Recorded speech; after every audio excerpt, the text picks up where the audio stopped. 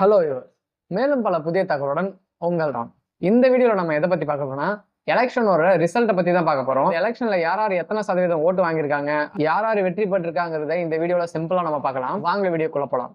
First விஷயமா நம்ம தெரிஞ்சுக்க வேண்டியது எலெக்ஷனோட பேசிக்ஸை முதல்ல தெரிஞ்சுக்கலாம். பேசிக் என்னன்னா 543 எம்பி சீட், அதுல குறைஞ்சது 272 சீட்டு யார் வின் பண்றாங்களோ, அதாவது எந்த கட்சி வின் பண்றாங்களோ அந்த கட்சி வந்து பிரதமரா தலைமை இருக்கலாம். இதுல ரொம்ப முக்கியமான விஷயம் என்னன்னா இந்த எலெக்ஷன் வந்து ரொம்ப ரொம்ப ரொம்ப டிஃப்ரெண்டா இருந்துச்சு. எப்படின்னா பிஜேபியா இருக்கட்டும் காங்கிரஸா இருக்கட்டும் எந்த ஒரு கட்சியும் 272 சீட் வந்து வின் பண்ணவே இல்லை. பிஜேபி கட்சி வந்து கூட்டணியா எடுத்தது வந்து 295 சீட் வந்து வின் பண்ணிருக்காங்க.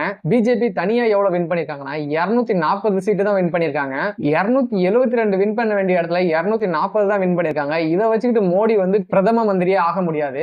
இந்த பிஜேபி ஒன்னா இருந்து 295 சீட்டு வின் பண்ணிருக்காங்க பாத்தீங்களா, இவங்க எல்லாரும் ஒன்னா சேர்ந்து நம்ம மோடியை பிரதமர் ஆக்கினாதான் உண்டு. அப்படி ஒரு வாய்ப்பும் இருக்குது. ஆனா இன்னொரு விஷயம் என்னன்னா காங்கிரஸ் வந்து 233 சீட் வின் பண்ணிருக்காங்க. அவங்களும் பிஎம் ஆகிறதுக்கு நிறைய வாய்ப்பு இருக்கு. எப்படி நான் சொல்றேன்னா பிஜேபியில கூட்டணியில் இருக்காங்க பாத்தீங்களா, அதுல 2 கட்சி மட்டும் பிரிஞ்சு காங்கிரஸுக்கு வந்தாங்கன்னா கண்டிப்பா காங்கிரஸ் வந்து பிரதமர் ஆகிறதுக்கு நிறையவே வாய்ப்பு இருக்குது.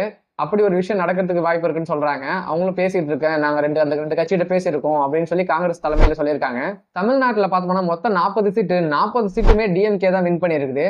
வேற எந்த கட்சியும் ஒரு சீட் கூட வின் பண்ணல, இன்க்ளூடிங் ஏடிஎம்கே கூட ஒரு சீட் கூட வின் பண்ணல இது வரைக்கும். விவசாய சின்னத்தை இழந்து மைக் சின்னத்தை பெற்ற நாம் தமிழர் கட்சி வந்து ஒரு சீட்டு கூட வின் பண்ணல. வின் பண்ணலனாலும் அவங்களுக்கு ஒரு நல்ல விஷயம் இதுல நடந்திருக்குது. என்னன்னா இது வரைக்கும் அவங்க கலந்துகிட்ட எலெக்ஷன்ல 6% மட்டுமே ஓட்டு வாங்கியிருந்தாங்க. இந்த எலெக்ஷன்ல மட்டும் அவங்க எவ்வளவு ஓட்டு வாங்கியிருக்காங்கன்னா 8.19% ஓட்டு வந்து இந்த எலெக்ஷன்ல வாங்கியிருக்காங்க. அதனால நாம் தமிழர் கட்சி வந்து அங்கீகாரம் பெறக்கூடிய கட்சியாக இருக்கிறாங்க. இந்த எலெக்ஷன்ல வந்து பிஜேபி கூட்டணி பிரியாம ஒன்னா இருந்து மோடிக்கு சப்போர்ட் பண்ணாங்கன்னா கண்டிப்பா மோடி ஜெயிச்சிருவாங்க.